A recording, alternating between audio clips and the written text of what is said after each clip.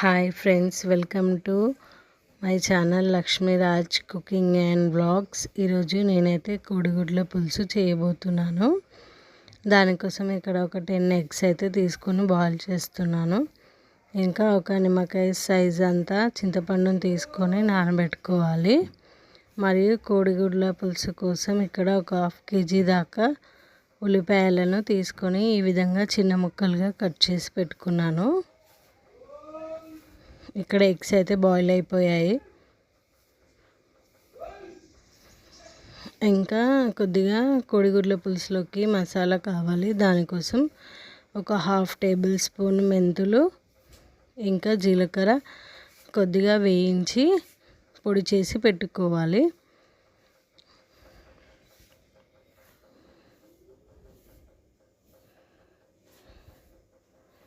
ఈ విధంగా అప్పటికప్పుడు ఫ్రెష్గా దంచి వేసుకుంటే టేస్ట్ అనేది చాలా బాగుంటుంది. స్టవ్ వెలిగించి ప్యాన్ పెట్టుకొని అందులో ఒక 4 టేబుల్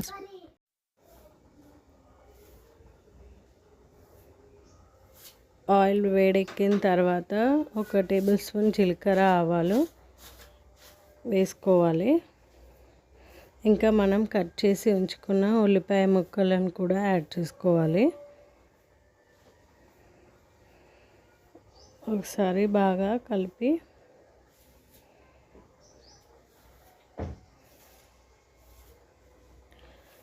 ఉల్లిపాయ ముక్కలలో కొద్దిగా సాల్ట్ అనేది యాడ్ చేస్తే ఉల్లిపాయ ముక్కలు అనేది తొందరగా మగ్గిపోతాయి. ఇప్పుడు ఒక 5 మినిట్స్ లో ఫ్లేమ్లో ఉడికించుకోవాలి.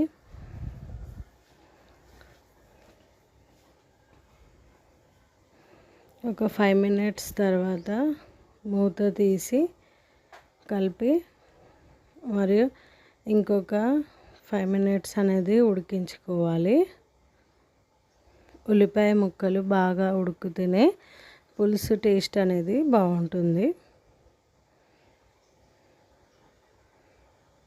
ఇప్పుడు అందులోకి ఒక 1 టేబుల్ స్పూన్ అల్లం వెల్లుల్లి పేస్ట్, ఇంకా ఒక 1/2 టేబుల్ స్పూన్ పసుపు వేసుకొని ఒకసారి బాగా కలుపుకోవాలి.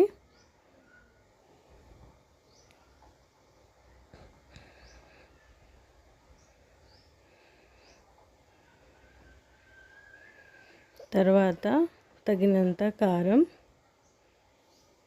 మరియు ఉప్పు, 1 టేబుల్ స్పూన్ ధనియాల పొడి వేసుకొని ఒకసారి బాగా కలుపుకోవాలి. ఈ కారం, ఉప్పు, ధనియాల పొడి అనేది ఉల్లిపాయ ముక్కలకి పట్టే విధంగా కుక్ చేసుకోవాలి. తర్వాత ఇందులోకి చింతపండు పులుసు అనేది యాడ్ చేస్తున్నాను. మీ టేస్ట్కి తగ్గట్టు వాటర్ అనేది యాడ్ చేసుకోండి. కొంచెం వాటర్ అనేది యాడ్ చేస్తే మరి పులుపుగా ఉండదు. ఇప్పుడు ఇందులోకి మనం వేయించి పెట్టుకున్న జీలకర్ర, మెంతుల పొడి, ఇంకా కొద్దిగా గరం మసాలా వేసుకోవాలి. ఆ రెండింటిని మాత్రం మనము పులుసు యాడ్ చేసిన తర్వాత వేసుకోవాలి. ఫ్లేవర్ అనేది బాగుంటుంది. ఇప్పుడు మరో పక్కన మరో కడాయి పెట్టుకొని 1 టేబుల్ స్పూన్ ఆయిల్ వేసుకొని మనము ఉడికించుకున్న గుడ్లని కాస్త వేయించుకోవాలి. ఇలా వేయించి పులుసులో వేసుకుంటే కోడిగుడ్డు యొక్క తెల్ల సొన కొంచెం క్రిస్పీగా అవుతుంది, బాగుంటుంది. ఇలా నిదానంగా వేయించుకోవాలి, లేదంటే విరిగిపోతాయి. వీటిపైన కొద్దిగా కారం, ఇంకా ఉప్పు, కొద్దిగా ధనియాల పొడి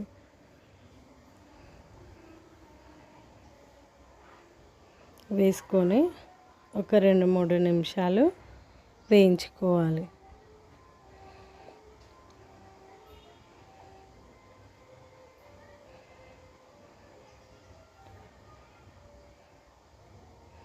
ఫ్లేమ్ అనేది కొంచెం సిమ్లోనే ఉంచుకొని వీటిని వేయించుకోవాలి. చూసారా, ఇలా వేగిన వాటిని ఇక్కడ పులుసు అనేది బాగా మసులుతుంది. ఇప్పుడు ఈ వేయించుకున్న కోడిగుడ్డులోని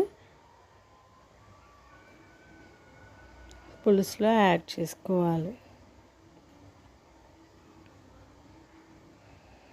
చూసారా, అన్ని కోడిగుడ్లను అనేది పులుసులో వేసేసుకున్నాను. ఒకసారి కలియబెడుతున్నాను.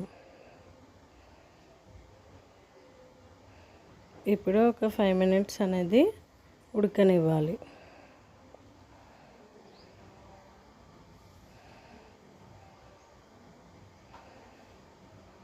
5 మినిట్స్ అయిపోయిన తర్వాత మూత తీసి చూస్తే చూసారా, పులుసు అనేది చాలా బాగా మగ్గింది. ఇప్పుడు ఇందులోకి కొద్దిగా కొత్తిమీర అనేది యాడ్ చేసుకోవాలి. ఓకేనా ఫ్రెండ్స్, ఇంతే మరి కోడిగుడ్ల పులుసు అనేది రెడీ అయిపోయింది. ఈ వీడియో కనుక మీకు నచ్చినట్టయితే మా ఛానల్ని లైక్ చేసి సబ్స్క్రైబ్ చేయండి. ఓకేనా ఫ్రెండ్స్, బాయ్ మరి.